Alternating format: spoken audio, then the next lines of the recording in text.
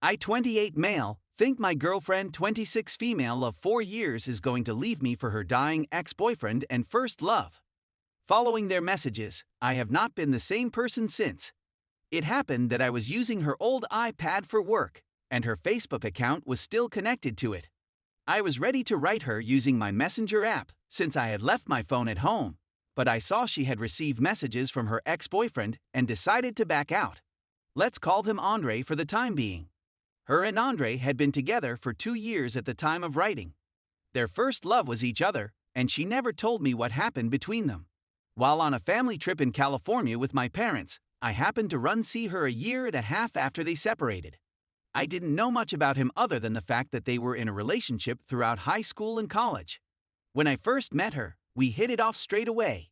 She showed me around Los Angeles and didn't seem to mind that I was residing in Australia. In order to move her to another country, we had to be in a long-distance relationship for a year until I had saved up enough money. Aside from that, it took me months to find a job in Los Angeles that would allow me to be financially secure when I first came in the city. We're still going strong 3 years after we first started. As a result, I reasoned. When I clicked on their chat, I saw the kiss and love emoticons right away and was intrigued. It was at that point that I realized what was going on. I won't go into details, but one message stood out to me. She said that she would be leaving me for a few months to care for him. In the early stages of cancer, he feels he will die. He has cancer and believes he will die. In one of his messages to her, he inquired as to whether she would be interested in paying him a visit at his residence. And I'm very certain she did, since they both remarked how much fun they had together and how good it was to meet up with one other again. My discovery of the truth took place a week ago this week. She had no clue that I was aware of this, or that I took her old iPad out of its box and read their messages for 2 days without her knowledge. She has absolutely no idea what she is talking about. Despite the fact that she feels everything is okay between us, I want to uncontrollably for a long time and do bodily harm to myself. I don't have any friends in Los Angeles. They've all gone home and are content with their own lives. I don't want to talk about it with anybody since it makes me feel sick to my stomach just thinking about it. When it comes down to it, I believe she never really cared for me, and I'm still trying to accept this. I'm at a loss on what to do in this situation. After writing my resignation letter for work, I notified my parents that I would be going home in the following several weeks, if not sooner. When I was very enraged, I performed both of these things. I just need guidance on how to continue. I don't want to talk about it with her since it's embarrassing. I can't even look her in the eyes since I'm in such a state of shock. Advice on what to do and how to deal with the issue would be much appreciated. Now that she's at work, I'm considering leaving while she's there. Update 1. I ultimately informed my girlfriend about the situation, and she is now my ex-girlfriend. Lots of things happened in a short period of time, many of which I had not imagined happening at all. As soon as she walked through the door of our apartment, I could tell she was going to cry. It hurt to see her in such a vulnerable state, since I didn't want to put her in that position. The fact that none of this was my fault was something I had to remind myself of all the time. When we finally sat down, there were many tears. In my mind, I anticipated to be angry and enraged, and to be shouting at her the whole time, but instead I was pleasantly surprised. I told her that I had seen the messages and explained how I had ended up going through their whole conversation with the texts in hand. She justified her actions by telling herself that she felt bad for him and that she didn't know how to say no to him since they had such a lengthy history together. Then I told her that we had a far longer family history than they did, and she seemed surprised. I was there for her when she was at her lowest point, and I assisted her in getting back on her feet. She admitted to having had more than 3 encounters with him in the past. I had a strong feeling it was going to happen, but hearing her confirm it was devastating. I couldn't stop myself from weeping excessively at that point. Because my thoughts were rushing, I can't recollect some details of what happened. Even now, this is still the case. I remember telling her that I was done, that whatever we were going through was over.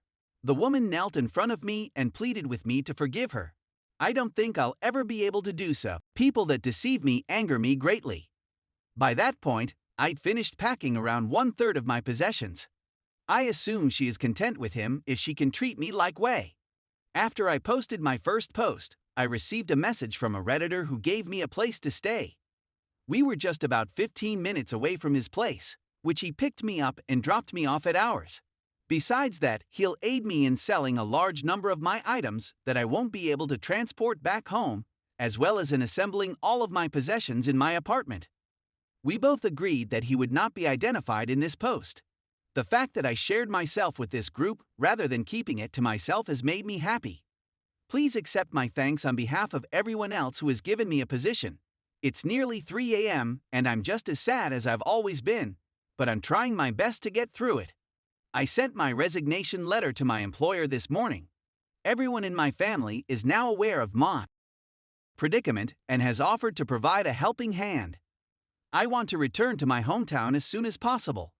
Please get in touch with me if you happen to live in or near Chapel Hill, Australia. America, thank you for everything, but it's time to return home. Edit. It is not because I have been dumped that I am crying this time. Rather, it is because I have realized that there is a whole world out there that is really concerned about my well-being. I can't believe I ever contemplated self-harm as a means of escaping the misery I was experiencing. I am astounded and delighted to be a part of this community. In fact, Anthony and his wife, who happened to be the Redditor that helped me, have declared this to be the best thing that has ever happened to them. I may have lost a girlfriend and a potential marriage, but I gained a swarm of new acquaintances, some of whom will become lifelong companions. I'm feeling better overall, save from one little inconvenience.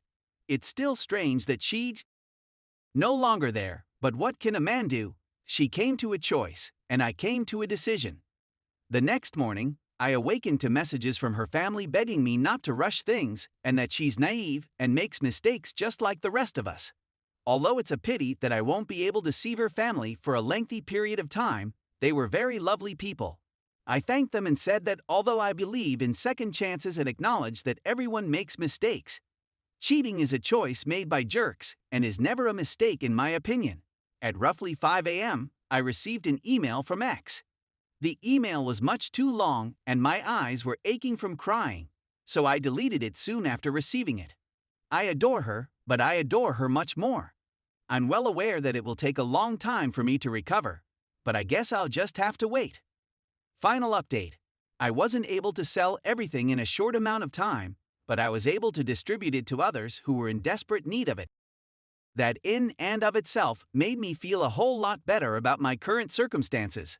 The number of goods I couldn't afford to bring back home was, including the television I bought for my ex, which she really enjoyed, the microwave, and my PlayStation 4. I'm now in Australia, and although things aren't going quite as planned, the situation I'm in is manageable for the time being.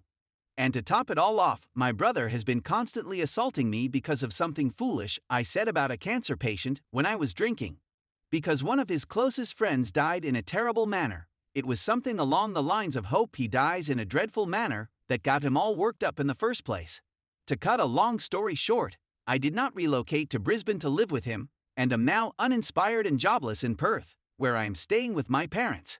I'm completely despondent and resentful of my ex, but there's nothing I can do about it other than to let it go and let it be.